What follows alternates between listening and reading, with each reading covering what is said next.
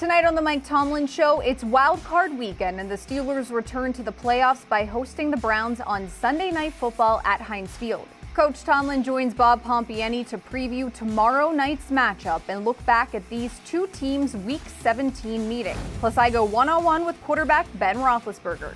It's really important that all of us understand that, and that's the approach I'm taking. Is just, could this be my last postseason game? I don't know, so I'm going to treat it like it is. The Mike Tomlin Show starts right now. Here we go. This pass is caught, and that's a touchdown. That's the way to work. Come on. He's hit that sack. The Steelers win the football game. Let's go. Come get it. You know what it is. This one is in the history books. Here we go. The Mike Tomlin Show is presented by 84 Lumber.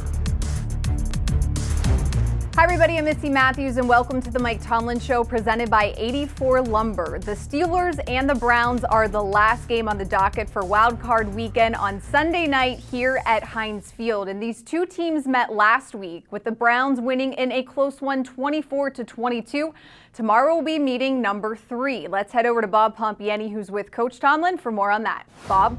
Hey Missy, thanks very much. We welcome in head coach Mike Tomlin getting set for the first playoff game, and of course, as is typical with 2020, there are COVID concerns. And, Coach, just your response to the fact that Kevin Stefanski tested positive, which means he won't be able to be at the game. You know, I'm sensitive to that, and obviously I feel for him on a personal note. Kevin and I have known each other a long time. We worked together at the Minnesota Vikings. But professionally, you know, it's something that we have all continually dealt with through this 2020 season and into the playoffs. And so we're all very cognizant of how fragile these environments are and our participation in this process. And so I think we all have lived our lives with that understanding since the summer. And so from that standpoint, it's not shocking. As a matter of fact, from that standpoint, it's become somewhat routine to check our status daily, to see who we have available to us, and then proceed in an effort to make it a productive day. And so that's the lifestyle professionally that we have lived really since July 20th. You said after the game last week, quote, we gained some information about some guys helping us with our planning moving on. I'm just curious about specifically who you're talking about, and after watching the game tape, your thoughts about some of those performances. You know, anytime you're in a game like that, you get an opportunity to gain some critical information about some of your people, and particularly some of the young guys that had an opportunity to play expanded roles. It was a significant game. Cleveland gave us everything they had in an effort to get into the playoffs. And so those guys were in some tough and big circumstances. We've talked quite a bit about how significant it was in terms of being a measurement of maturation of Mason Rudolph. And it was also a big opportunity for Josh Dobbs to get some regular in-season play. But if you look around the positions, man, we featured Chase Claypool down the field and got him matched up. And he had hit a dry spell there for a while. So it's good for him to go into a postseason with that type of rhythm, having put together the type of game that he was able to put together and make the type of plays that he made. Sean Davis, we know that he's starter capable, but he's been in a backup capacity for us all year. He had an opportunity to play some valuable defense for us, and that's good for him and good for us. We had some young corners and so forth get an opportunity to play. We saw Alex Highsmith get an opportunity to do some featured outside linebacker things and kind of wear the responsibility that maybe TJ Watt is comfortable wearing. It was good to see Alex step up and we move him around and him do some different things and him wear that responsibility. I think it's big for a lot of people. We had a practice squad tight end that we called up in Kevin Rader. And Kevin Rader was a part of 3 tackles on kickoff. And so he added value to our cause and showed that he's an offensive player that's capable of making tackles in the special teams game, which is a unique trait. And so, man, the game was big and telling in a lot of ways. Obviously, we'd have liked to have won it, but there's good information as you look at it from today's perspective in preparation for this weekend. Mason Rudolph specifically, he was a guy that was getting a lot of the attention. Obviously, when you're the quarterback, you do. He hadn't played as a starter since last season. Specifically with him, your takeaways, you called it a gritty performance. You've had time to look at it now. Gritty still the word, or are there other words you would use? It's still gritty, and it's gritty because of the way he performed in the face of adversity. The kitchen got hot after the interception. You know, the interception, we were down, I think, 24-9 man, I didn't see him cower in any way. I thought he was his best self. I thought he was a good sideline communicator. I thought he had opinions about plays and so forth and expressed it in a good way. I thought he did a good job of leading and communicating with his guys, and his performance speaks for itself. His deep ball accuracy and the calculated chances that he took to put us back in play was really gritty. And really, that's why I chose those words. It's reflective of his entire performance, but specifically in the moments where it was starting to get away from us after the interception. I like his response to those circumstances. We have a lot to cover with head coach Mike Tomlin. It is the playoff game. It is the Browns, the third time this season. When we come back, we'll delve into their situation and what coach is planning for this coming Sunday night. Right now, let's send it back over to Missi Matthews. Missy? Okay, thanks, Bob. And tomorrow night's game will mark the 15th time in team history that two teams played each other in the final game of the regular season and that met in the first round of the playoffs. Coming up next here on the Mike Tomlin Show, I go one-on-one with quarterback Ben Roethlisberger. What does he remember from his first playoff game and why he's treating tomorrow's game like it could be his last? Don't go anywhere. We'll be right back.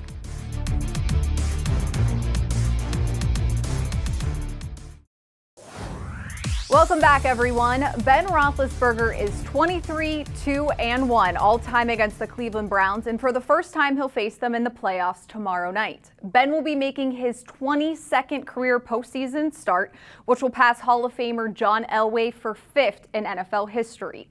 Here's part of my one-on-one with Roethlisberger about making a run and much more.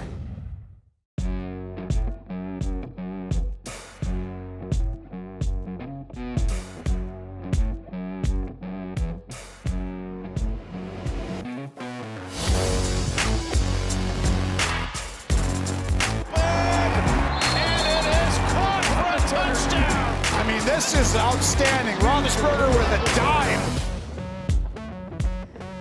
All right, Ben, you guys have known for weeks that there is a postseason for the Steelers. Is there anything special when you get to this week and you know the game is coming up?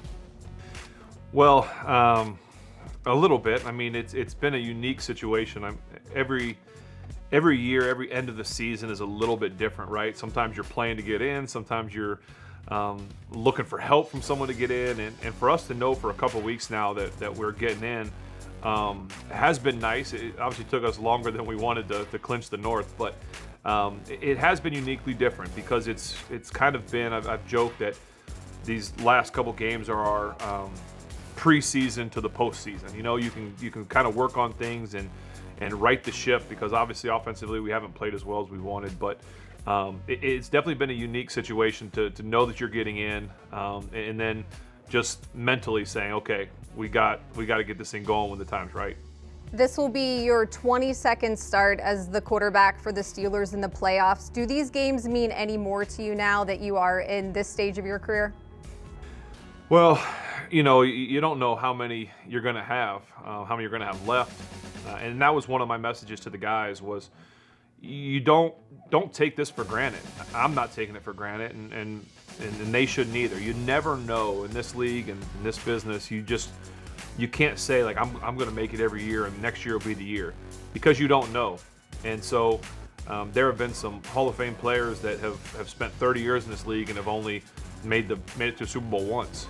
And so it's really important that all of us understand that, and that's the approach I'm taking. Is just, man, could this be my last postseason game? I don't know. So I'm going to treat it like it is. That's how you be a leader. That's how you be a leader. Can you go back to 2004 in your first postseason game and just anything you remember from the Jets? It was at Heinz Field, the divisional round, and maybe anything that you experienced or advice that you were given that sticks out to you?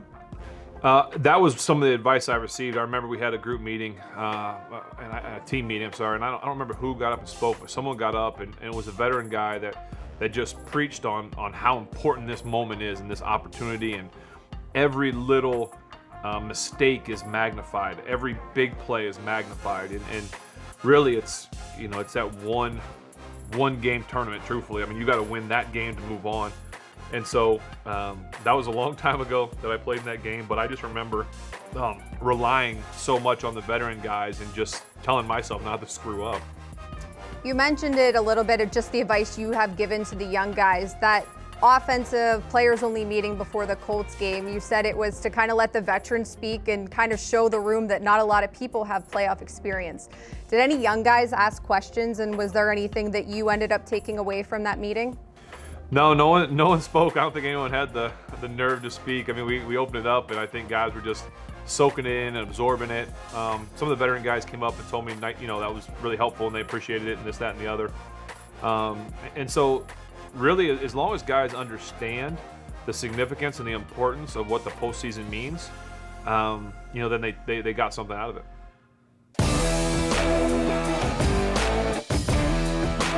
Shotgun snap for Ben. 2nd and 3, he's going to air it out. That is Chase. He's got it inside the 5, and he's knocked out of bounds at about the 2-yard line. And these two teams are going to see one another in the wild card round. For this year in the playoffs, what do the Steelers need from Ben Roethlisberger for this to be successful? Well, I need to play my best football that I've ever played in my life, truthfully. We've got a very, very good football team, a very special football team.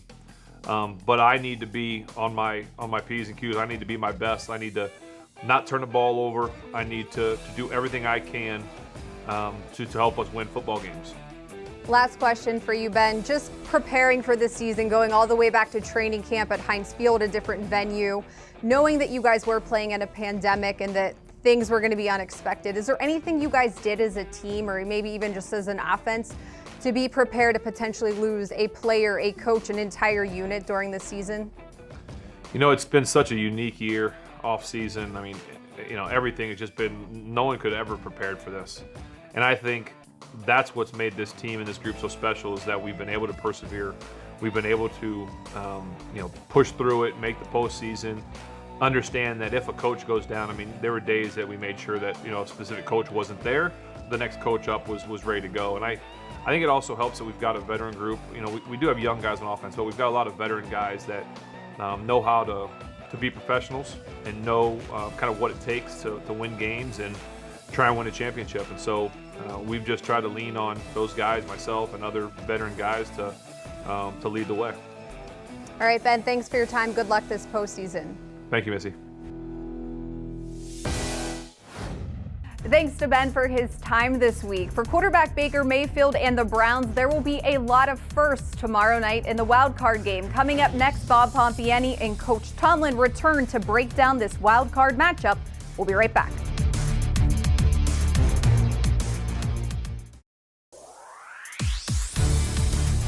The Mike Tomlin Show is presented by 84 Lumber. Are you 84 Lumber material? Visit 84lumber.com/careers to learn more. Hi, everybody. Welcome back to the Mike Tomlin Show, presented by 84 Lumber. The last time the Browns were in the playoffs, Ben Roethlisberger was still in college, and Baker Mayfield was only 7 years old. And the last time the Browns won here in Pittsburgh, it was 2003, and the Steelers hadn't even drafted Ben Roethlisberger yet. For more on tomorrow's matchup, let's check back in with Bob and Coach. Guys. All right, Missy, thanks very much. Now it's the Cleveland Browns, and it's a team that obviously gets to the playoffs for the first time in 18 years. They're excited about that. The last time it happened, the Steelers knocked them right back out of the playoffs, which is the goal this year. Coach, this running game is second in the NFL, and I know that when you got Nick Chubb and Kareem Hunt coming at you, they weren't featured as much last week. Do you expect an expanded role for them? No question. You got to get ready to stop Chubb. You got to get ready to also stop Hunt. But I'd be remiss if I didn't mention how significant the scrambles that Baker Mayfield displayed last week was in determining the outcome of the game, and it added also to that rushing total. He's a guy that's capable of creating. He's a guy that's capable of getting out of the pocket and moving the chains, and we have to respect that in preparation as well. All of those things fall under the same umbrella in terms of minimizing yards that they accumulate on the ground. Ben Roethlisberger, a week of rest, I'm sure it helped him. I'm sure it helped a lot of those guys. That was an important part of clinching when you clinched. How significant is that moving forward heading into this game?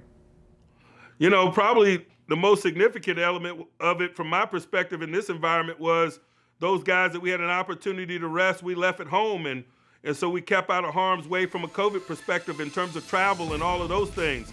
It's amazing some of the things that that you think about in this environment, not only having an opportunity to rest those guys and airmail them to the postseason, but also to leave them at home and keep them out of harm's way in terms of the risk associated with travel and hotels and buses and so forth was an element of the thought process as well. Your offensive line, you saw some guys last week who had enhanced roles, guys like J.C. Hassenauer, guys like Kevin Dotson, who's played very well. I'm just curious about Dotson and his role moving into the postseason based on his performance in the games he's played.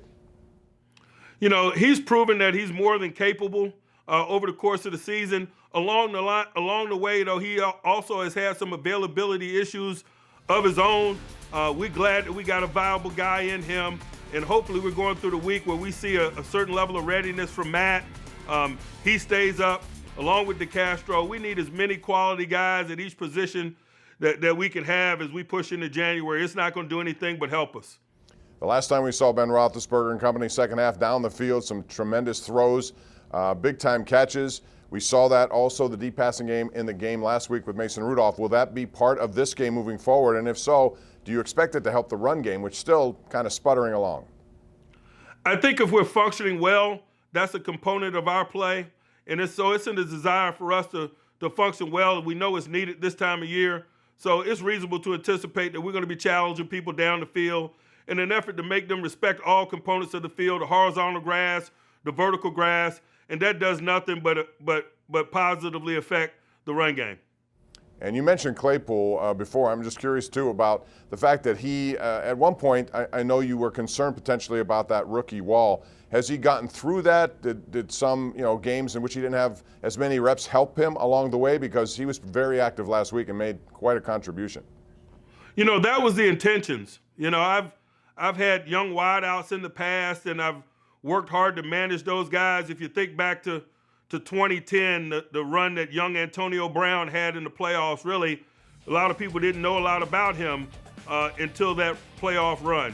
And so, we've always, particularly when we thought that they could have a significant role in terms of the offense, we've worked hard to kind of leave some bullets in the chamber, to manage them over the course of the second half of the year in an effort to put them in position to be on an upswing, to have the energy and to be able to deliver the plays that are going to define their season and ours. Defensively, Cleveland has a big loss in Olivier Vernon. He went down in that game, ruptured Achilles. He won't play. But their number one guy over there, of course, is Myles Garrett. You guys did a pretty good job. He had no quarterback hits. He had no sacks in that game. What's the secret to stopping him, especially knowing that Vernon is not going to be there?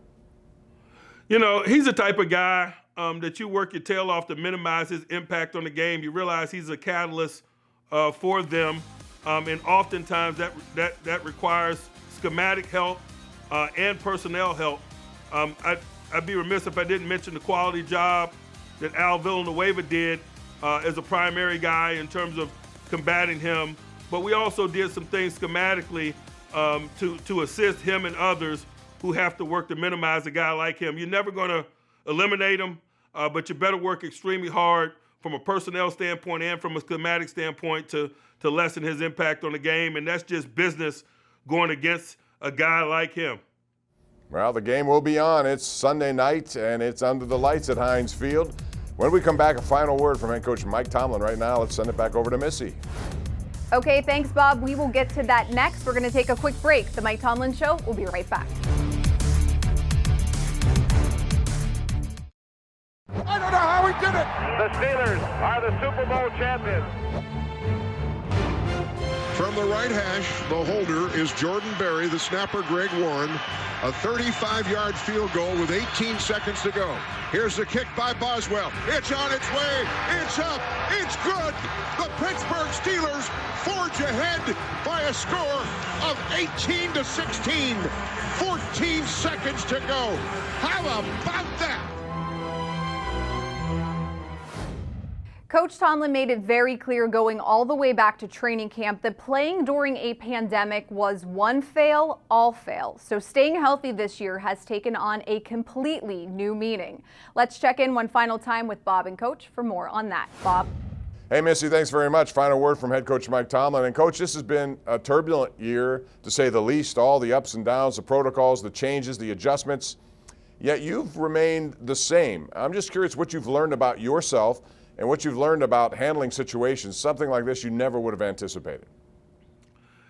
I think more than anything, I've always tried to be the type of guy to maximize each day, to appreciate the opportunity that is each day, and professionally speaking and personally speaking, but specifically as it pertains to this environment, professionally speaking.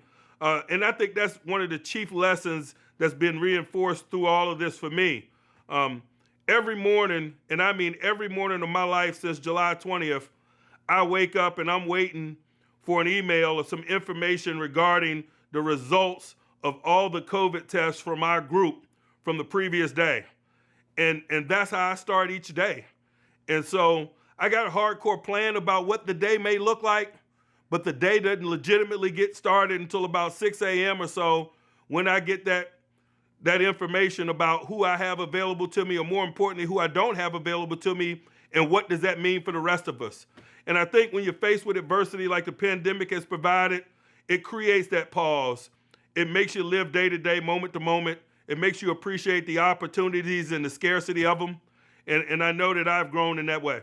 Yeah, patience is a virtue, they say, but it's also a necessity when you're dealing with stuff like this, and you guys have handled it very well, and it served you very well throughout the course of this. All right, Coach, thanks very much. All the best to you this weekend. Thank you. And that's going to wrap it up for our program tonight. Our thanks to Mike Tomlin. Our thanks to Missi Matthews. As always, great stuff. And we will have a pregame show tomorrow morning, 11:30 a.m., same time, same station on KDK. Get you set for the Browns and the Steelers, the trilogy matchup of this season. That's going to do it. For all of us here, I'm Bob Pompeani. Have a good day, everyone. We'll see you later next week.